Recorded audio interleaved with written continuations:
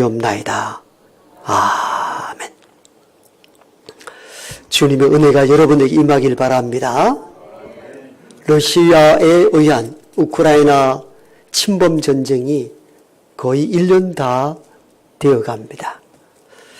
여러분은 이 문명 시대에 일어나는 이 전쟁을 보면서 어떤 생각이 드셨습니까? 아마 비슷한 마음이 아닐까 하는 생각이 듭니다. 평화가 소중하다는 것 아마 절실하게 깨달았을 것입니다. 우리에게 주어지는 이런 일상의 평안함, 그게 그냥 주어진 것이 아니라는 것을 아마 깨달았을 것입니다.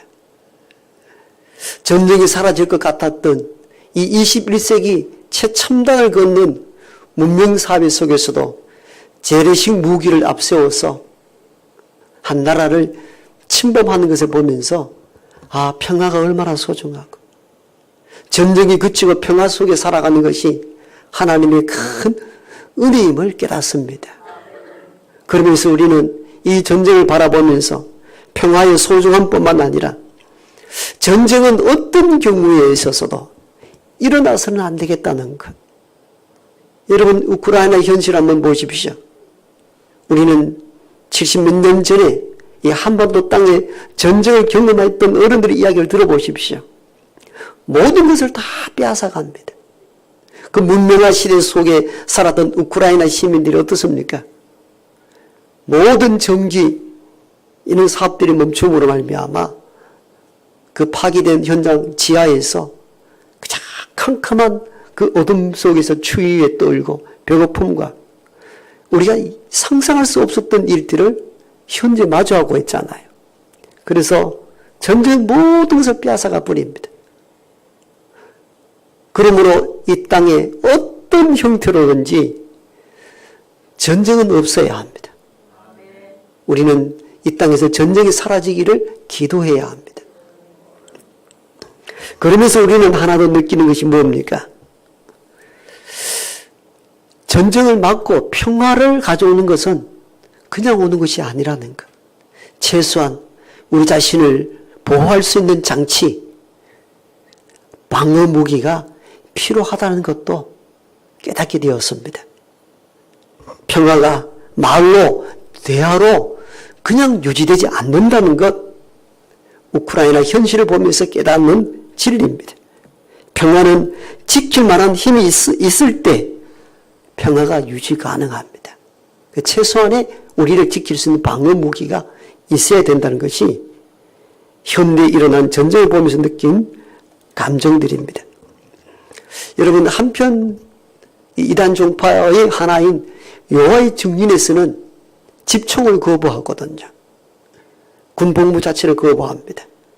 하나님의 사람들이 어떻게 총을 들어 또 다른 형제를 죽일 수 있느냐 하는 겁니다. 어떻게 보면 굉장히 성서적인 것 같아 보입니다. 그렇죠?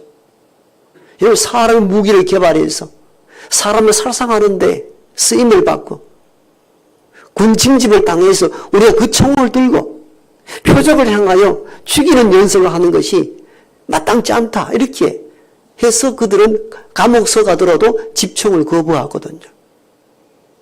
어떻게 보면 굉장한 신앙인으로 보이기도 합니다. 무조건 패배하지 마십시오. 그러나 많은 전문가들은 이 논리에 대하여 그러기 위해서는 전제 조건은 하나 필요하다는 겁니다. 그 전제 조건이 무엇인가 하면은 모든 땅에 사는 인간들이 절대적 선하다는 것이 증빙되어야 한다는 겁니다. 인간이 절대적 선합니까? 성경은 인간을 전적 타락된 존재로 보고 악하다 말합니다. 그래서 구원이 필요하다 말하는 것이잖아요. 그런데 여호와의 증인들은 인간의 절대적 이 악에 대해서 토론치 아니하고 집총 드는 것 자체가 잘못됐다고만 이야기한다면은 악한 인간들에 의해서 함부로 남용되는 그런 살해와 죽임 앞에 누가 우리를 보호합니까? 그래서 우리 자신과 내 가족과 이웃, 나라의 백성들의 생명을 보존하기 위해서는 악한 이들의 무분별한 침입에 막기 위해서 방어가 필요한 것입니다. 우리 웨스트민스터 신앙 고백에 있어서도 이 부분을 다루고 있습니다. 악한 이들의 무고한 공격에 대하여 방어할 능력을 가지는 것이 옳다고 보는 것이죠.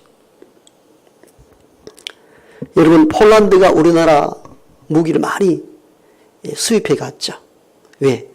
남을 죽이기 위해서요? 그게 아니라 우크라이나 접경을 하고 있는 폴란드도 어떤 경우에 러시아의 침입을 받을 수 있다는 것을 생각했기 때문입니다. 그래서 자국민을 보호하기 위하여 최소한의 방어 능력을 키워야 되겠다 해서 한국에서 많은 무기를 수입해 간 것이죠. 따라서 평화를 지키기 위해서는 최소한 자기의 백성들을 지킬 수 있는 방어 능력, 무기 체계가 필요합니다. 이건 무기를 증강하라, 핵을 가져라, 그런 의미가 아니라 인간 사회에 도사리고 있는 악이 언제 우리를 침범할지 모르기 때문에 최소한 방어할 능력은 키워야 한다. 그래야 평화가 유지된다는 것이죠. 오늘 서론부에 길게 전쟁과 무기에 대한 이야기를 한 것은 단순한 우크라이나 전쟁을 이야기하고자 함이 아닙니다. 일상에서 벌어지는 이 전쟁을 통하여 우리는 또 다른 전쟁을 치르고 있거든요. 그것이 무엇인가 하면 영적 전쟁입니다. 총과 칼이 아니지만도 사람을 훈육하여 가정을 파탄시키는 이 악한 영들이 들끓고 있는 이 시대 속에 우리가 살아가고 있습니다. 그러므로 이 영적 전쟁에 승리하기 위해서는 우리 나름대로 영적 무기를 구비해야 하는 것입니다. 그런 차원에서 제가 전쟁의 이야기를 서론부에 도입하게 된 것입니다. 바울은 자기 당시 시대를 마귀의 관계가 들끓고 있는 시대라 이렇게 진단했습니다. 오늘 우리가 읽은 10절이죠. 마귀의 관계를 능히 대적하기 위해 하나님의 전신갑주를 입으라. 하나님의 전신갑주를 입으라 말한 배경은 무엇입니까? 마귀의 관계, 들끓고 있기 때문이다. 관계라는 이 한자가 좀 어렵죠. 원어상으로 쉽게 해석하면 이런 뜻입니다. 기술을 사용한다. 속임수, 모략, 교활한 행동, 이걸 관계라 말합니다. 마귀가 속임수를 쓰고 교모하게, 교활하게 믿는 자들에게 파고 들어와서 그들을 훈육하여 넘어지게 하는 일들이 바울 당시에 있었다는 것입니다. 특히 오늘 이 에베소 교회를 쓴 바울의 편지인데 에베소 교회 안에는 몰래 들어온 두 가지 형태의 이단들이 교회를 큰 위기로 몰아넣습니다. 그 두 가지 이단은 무엇인가 하면 유대 율법주의고 또 다른 하나는 당시 영지주의 철학 사상이었습니다. 유대 율법주의가 왜 위험하냐? 그들은 교회 안에서 이렇게 주장합니다.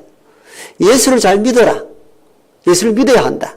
그러나 예수 믿는 것으로 그쳐서는 안 된다. 하나 더 필요한 것이 있다. 그래야 완전한 구원이 이루어진다. 율법을 완성해야 된다고 본 겁니다. 그러니까 정통 유대인들은 이게 아주 접근하기가 쉬운 거예요. 이미 구약으로부터 내려온 율법도 가지고 있고 예수 그리스도를 동일하게 섬겨야 된다는 겁니다. 이 예수 믿는 것과 유대 율법주의를 완성해야 구원에 이를 수 있다. 근데 바울이 전한 복음은 그게 아니었거든요. 오직 그리스도로 인한 구원을 이야기하는데 바울이 교회를 쓰고 떠나 있어 보니 들려오는 이야기는 예수만 필요한 거 아니다. 유대 율법주의, 할례도 지키고 다 지켜야 된다는 겁니다. 이로 인하여 교회가 사상적으로 매우 혼란에 빠지고 맙니다. 그 다음 당시 영지주의가 판을 치고 있는데 우리가 알다시피 영지주의라는 것은 영과 육을 분리하는 겁니다. 영은 선하고 이 육은 악하다고 보는 겁니다. 육은 악하기 때문에 마음대로 써도 된다는 거예요. 원래 육이 악하니까. 그래서 쾌락주의에 빠지게 됩니다. 믿는 자들이 육을 악하게 보는 영지주의의 침범으로 인해 가지고 육을 함부로 쓰는 성적 타락에 막 빠지기 시작합니다. 이 소식을 들은 바울이 에베소 교회에 이 두 가지 마귀의 관계를 대적하기 위하여 쓴 편지글이 오늘 우리가 읽은 에베소서 6장 본문입니다. 바울은 당시 에베소 교회를 어지럽히고 혼란스럽게 하는 두 이단이, 즉 마귀의 관계가 설침으로 말미암아 믿는 자들을 현혹하고 넘어지게 하는 일들이 있다는 것을 듣고 이 편지글을 쓰게 된 것이죠. 여러분, 바울 시대뿐만 아니라 오늘 이 시대도 어떻습니까? 종종 이야기합니다마는 제가 신문을 끊었거든요. 신문에 막 대문자만 항상 신천지 얼마나 광고를 많이 하는지. 몇 달 뒤에 부목사님 저를 찾아왔습니다. 신문사 지국장인 목사님 꼭 만나보려 하는데 그걸 오시래 해라. 제 방에 왔더니 목사님 한 번만 좀 봐줘 있어. 그러면 중앙지국에 중앙본사에 내 얘기를 전해라. 그럼 내가 다시 구독할게. 이런 가정을 파탄시키는 이런 신천지에 대한 광고를 기사 형태로 내보내면은 이 분석하지 못하는 사람들이 얼마나 많이 넘어지겠는가. 그걸 아느냐. 그것도 일반 신문들이 오직 돈벌이의 목적에 그랬더니 그건 못하겠다는 거예요. 왜? 그랬더니 우리가 안을 올리고 이러면은 지국장들 목이 날아갈 수 있다는 거예요. 근데 요즘은 인터넷 신문을 보니까 이 지국장들이 먹고 살기가 너무 어렵다. 내가 그랬어요. 참 이런 위에 놈들은 나쁜 짓 하고 밑에 있는 사람은 생기가 막막하구나. 하도 애원해서 그 신문을 다시금 들라라 그래. 다시 2개월 뒤에 다시 신문이 들어오는데 요즘은 전에보다 신천지 광고가 더 많습니다. 내가 얼마나 화가 나는지 몰라. 여러분, 지금 신천지는 대단합니다. 어마어마하게 광고하고 어마어마한 일을 하고 있습니다.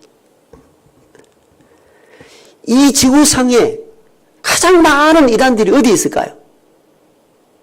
한국입니다. 다른 데 이단이 많지 않아요. 그 이단의 박물관 이렇게 표현하기도 합니다. 온갖 세상에 없는 이단들이 한국에 다 와 있습니다. 어쩌면 바울 시대 때는 2개의 이단만 있었는데 지금 이단은 어마어마합니다. 사실 지금 이 바울의 시대 때보다 더 어려운 영적 혼란기입니다. 그들은 학업을 포기합니다. 잘 다니던 직장을 버리기도 합니다. 가정을 떠나 복음을 위하여 목숨을 바치기도 합니다. 그들 나름대로 그게 옳다고 보는 것이죠. 따라서 지금은 영적 전쟁입니다. 우리가 잘 보셔야 됩니다. 이 영적 전쟁이 어떤 전쟁인지 우리가 분석해야 되고, 그럼 이 영적 전쟁에 우리는 어떤 영적 무기를 지내야 하는가에 대한 바울의 지침을 눈여겨보고 마음에 새기고 실행해야 합니다. 먼저 이 영적 전쟁은 바울은 혈과 육에 대한 싸움이 아니며 악한 영들과의 전쟁이다. 이렇게 말씀합니다. 12절이죠. 우리의 씨름은 혈과 육을 상대하는 것이 아니요 통치자들과 권세자들과 이 어둠의 세상 주관자들과 하늘에 있는 악의 영들을 상대함이라. 아멘. 저를 보십시오. 이 영적 전쟁이라는 것은 혈과 육, 어떤 이단에 빠진 그 사람과 육과 육으로 싸우는 이 전쟁이 아니라는 것입니다. 그들을 지배하는 악한 영들과의 싸움입니다. 우리는 이걸 자꾸 너무 이 뜨거움이 있다 보니까 이걸 분석지 못하고 그냥 사람과 사람까지 싸우려고 합니다. 그러니까 더 감정이 상해지는 것이죠. 여러분, 지혜로워야 합니다. 아들을 이단에 빠뜨렸을 때에도 아버지, 어머니라는 권위로 이놈의 자식이 집 오너라 멱살 잡아 육과 육으로 싸워서 그들을 데리고 올 수 없다는 겁니다. 그들을 지배하고 있는 악한 영들과의 싸움입니다. 즉 잘못된 교리에 빠져있는 이걸 집어넣어야 온전해질 수가 있죠. 그러니까 이 본문을 정확히 해석하지 못하면 그냥 악한 영리한 전쟁이라니까 혈과 육으로 막 싸우려 합니다. 그러니까 자녀들 보기엔 너무도 이상해 보이는 거예요. 내 부모가 더 이상해 보이는 거예요. 여러분, 바울은 이걸 알았어요. 우리의 싸움은 혈과 육의 싸움이 아니요 악한 영들과의 전쟁입니다. 그들의 삶을 잘못 지배하고 있는 그 악한 영들과의 싸움이라는 것을 잊지 말아야 됩니다. 대상이 어떤 육체적인 인간이 아니고 그 육체의 영을 지배하고 있는 악한 영들과의 싸움인 것입니다.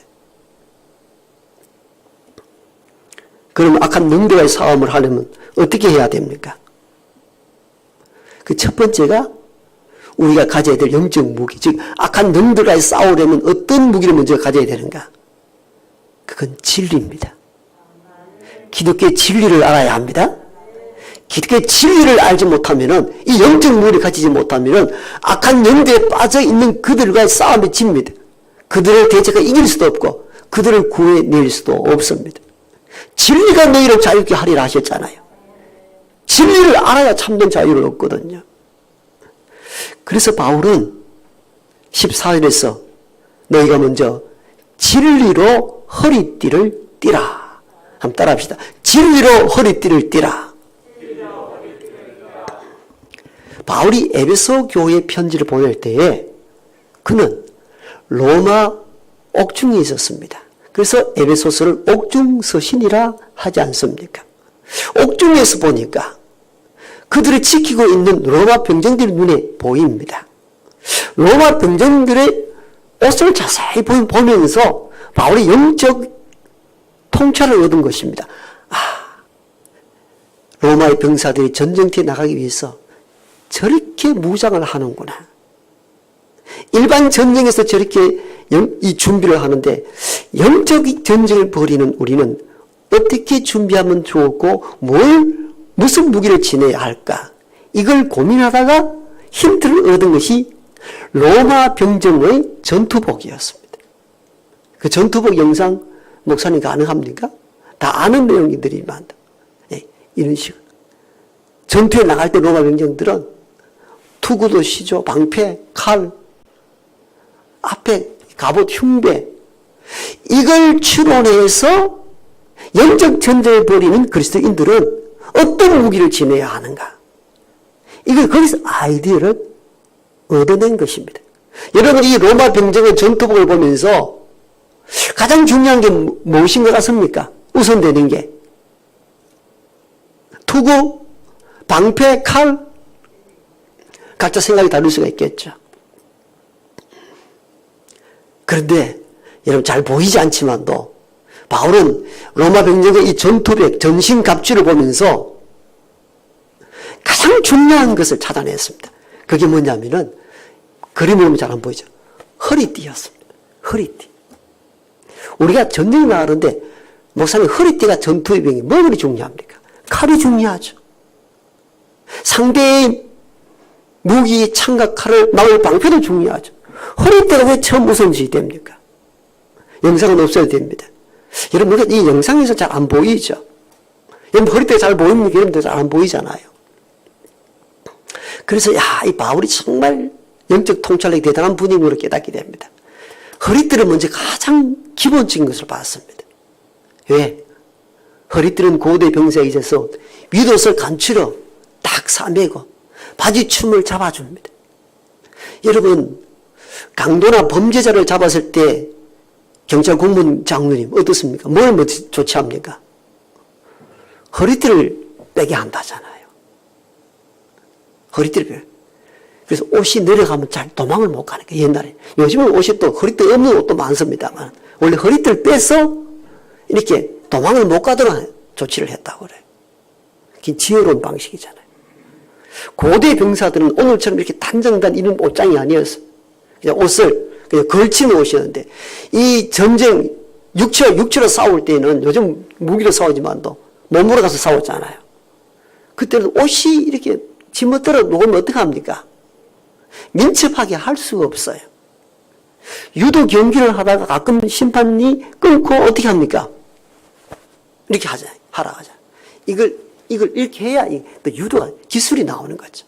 내 옷이 헐렁이는데 어떻게 이 기술을 이용할 수 있습니까? 그래서 바울은 로마 병사의 전투복을 보면서 가장 우선시되는, 사실 허리띠는 뭐 상대를 제압할 수 있는 건 아니거든요. 옷을 단장하게 하고, 그 다음 또 허리띠가 중요한 건 뭡니까? 허리띠에 칼이나 무기를 다 거기에 딱 꽂아 놓습니다. 그래서 빠르게 빼서 상대를 제압하고. 여러분, 방패도 들고 큰 칼도 들고 이러면은 다른 무기를 둘 데가 없잖아요. 다른 무기 어디에 둡니까? 허리띠에 다 두는 거예요. 바울은 이걸 봤습니다.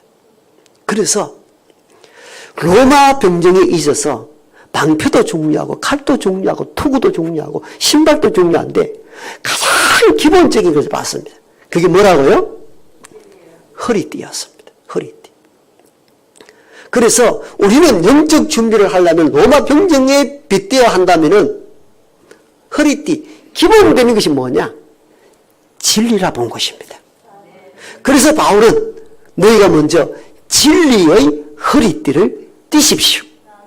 여러분, 가장 영적 전쟁에서 우리가 싸울 수 있는 무기가 기본적으로 뭐냐? 진리입니다. 하나님이란 진리. 진리 없이 어떻게 이길 수 있느냐는 거예요. 그래서 바울은 로마 병사의 전투복을 보면서 가장 눈여겨본 것이, 사람들은 허리띠를 별 것으로 아는 것으로 보았지만도 바울은 그걸 봤어요. 병사가 출정하기 전에 가장 옷을 입고 먼저 허리띠부터 딱 채우는 거죠. 그리고 여기에 칼을 꽂아놓는 거. 출정하는 겁니다. 기독교 군사들이 영적 전쟁에서 가장 기본이 되어야 될 것이 말씀에 대한 진리입니다. 진리 없이 영적 전쟁에 승리할 수 없다는 겁니다. 구체적으로 그 진리는 무엇이겠습니까? 여러분, 사도신경 우리가 얘기할 때마다 고백하죠. 그냥 암송하지 마십시오. 거기에는 기독교의 진리를 압축해 놓았습니다. 첫 번째는 뭡니까?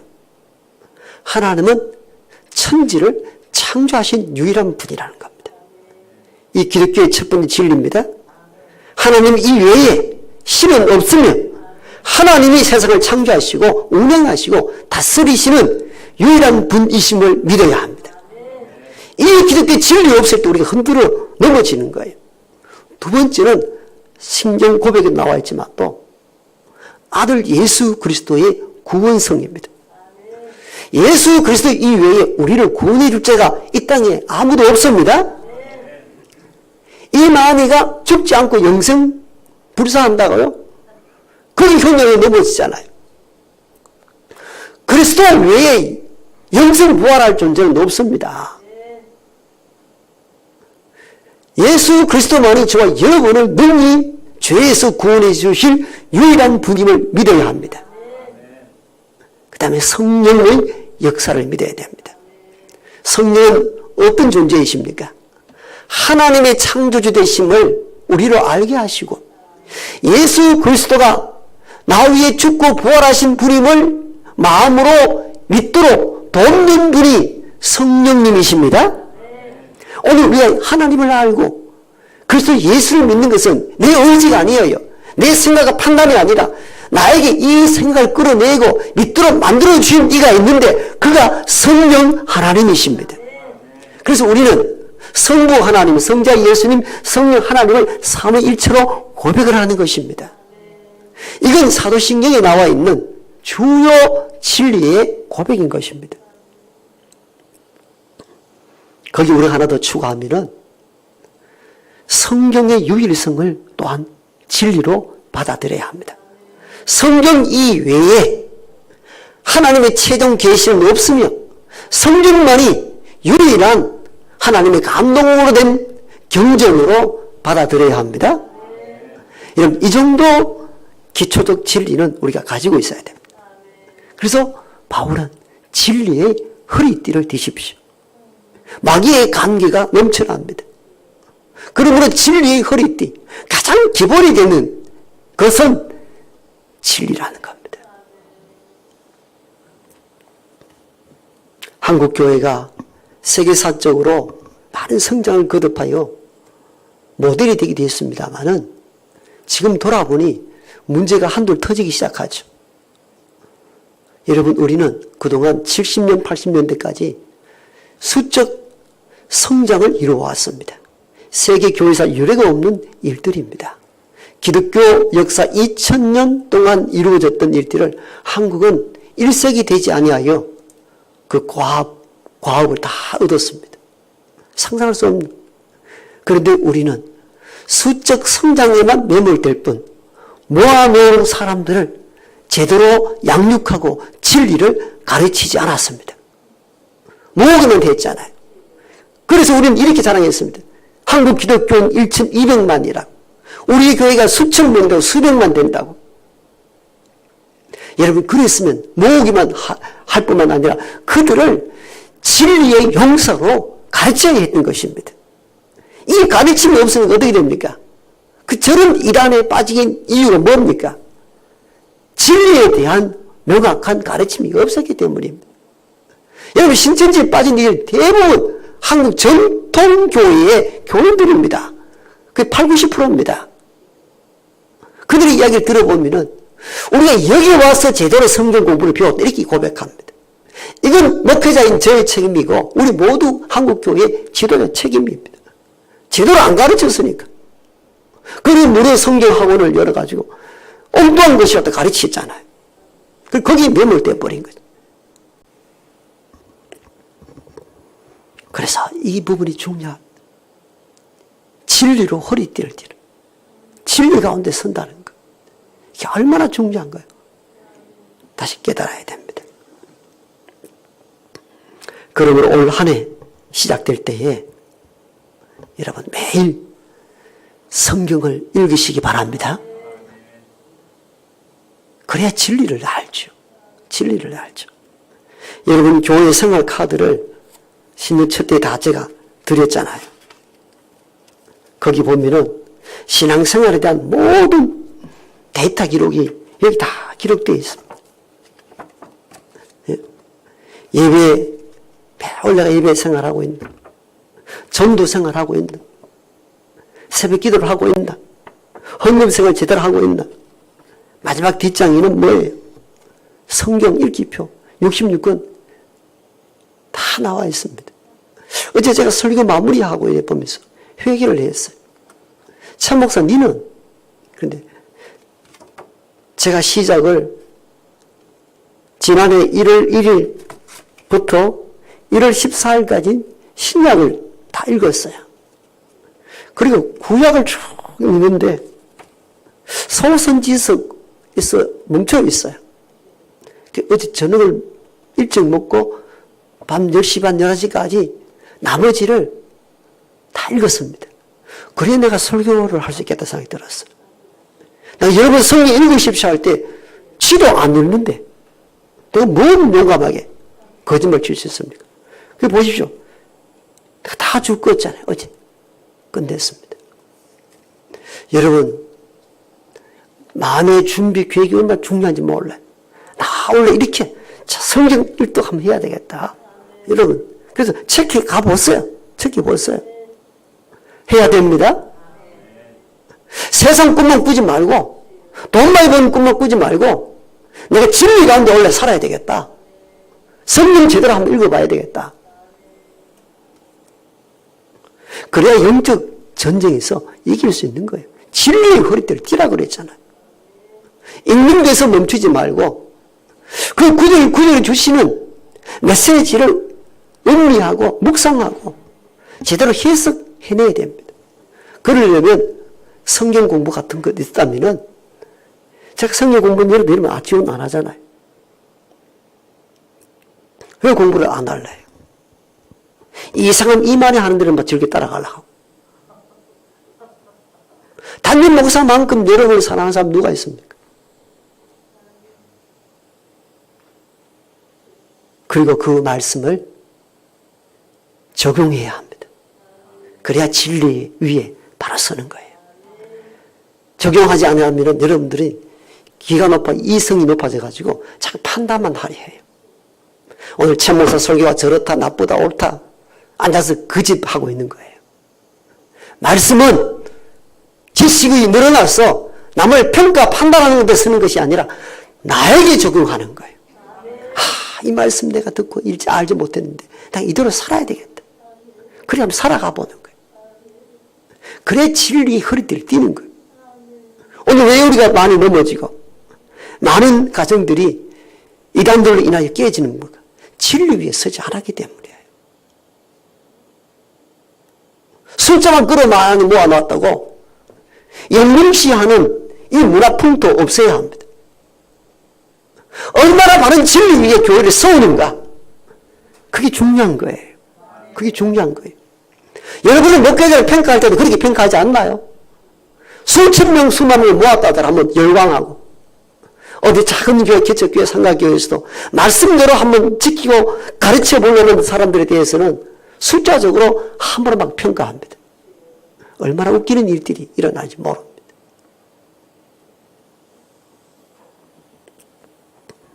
그래서 올 연초부터 여러분, 지금 이 시대가 굉장히 혼탁합니다.